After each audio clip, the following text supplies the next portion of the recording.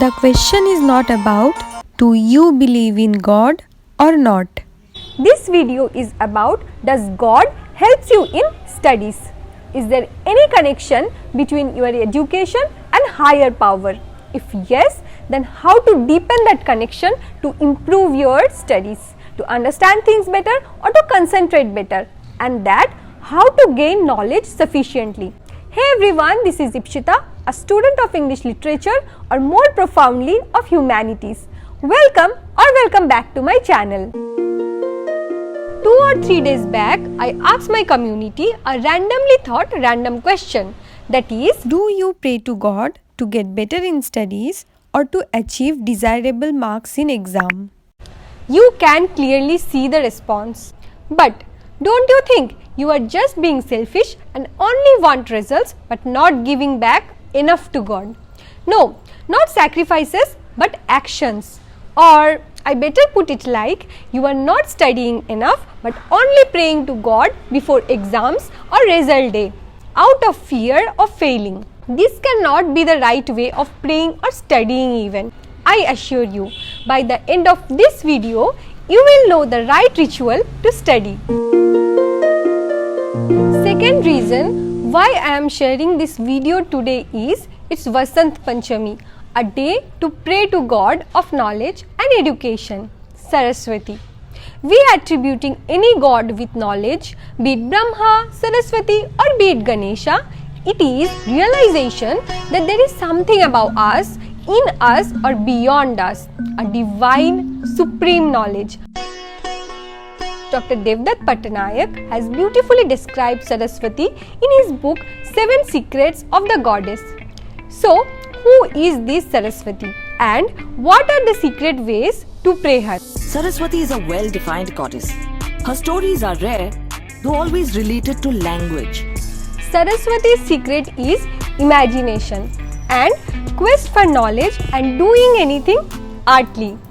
This is what makes humans special, because imagination is the one major thing animals do not have, at least not on the scale of humans.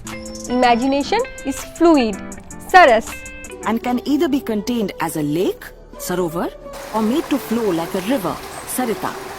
From saras comes Saraswati. So how to study and worship her practically?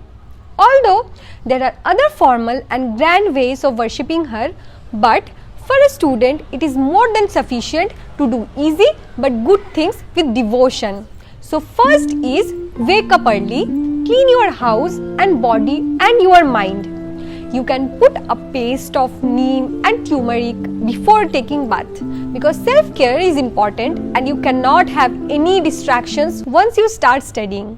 After bath, get dressed in light colored clothes. Yellow or white is soothing.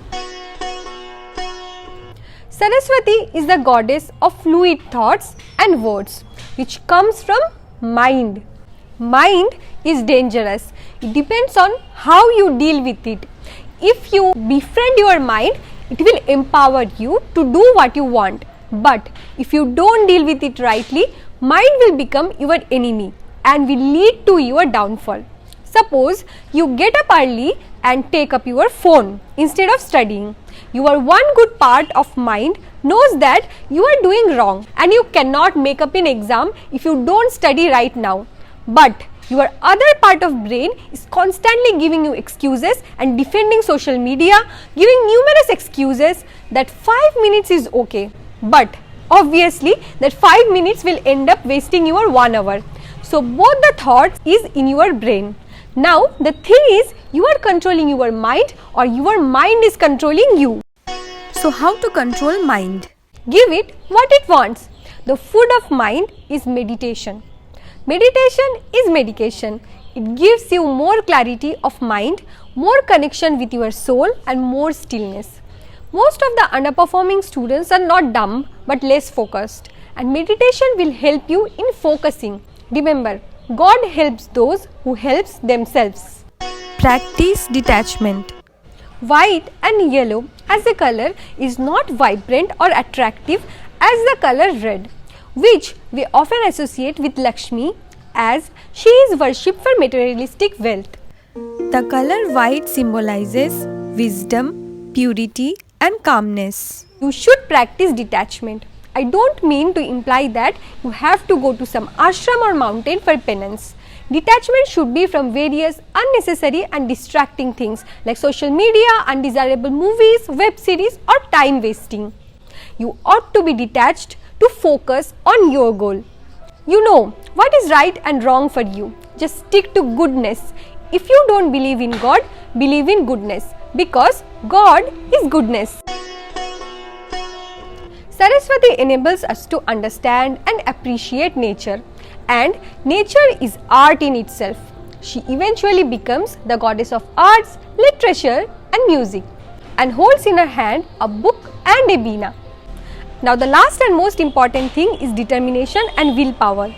This decides whether your prayer before exam or result will be granted or not, because study and consistency in studies is the only thing you can offer to God to please her.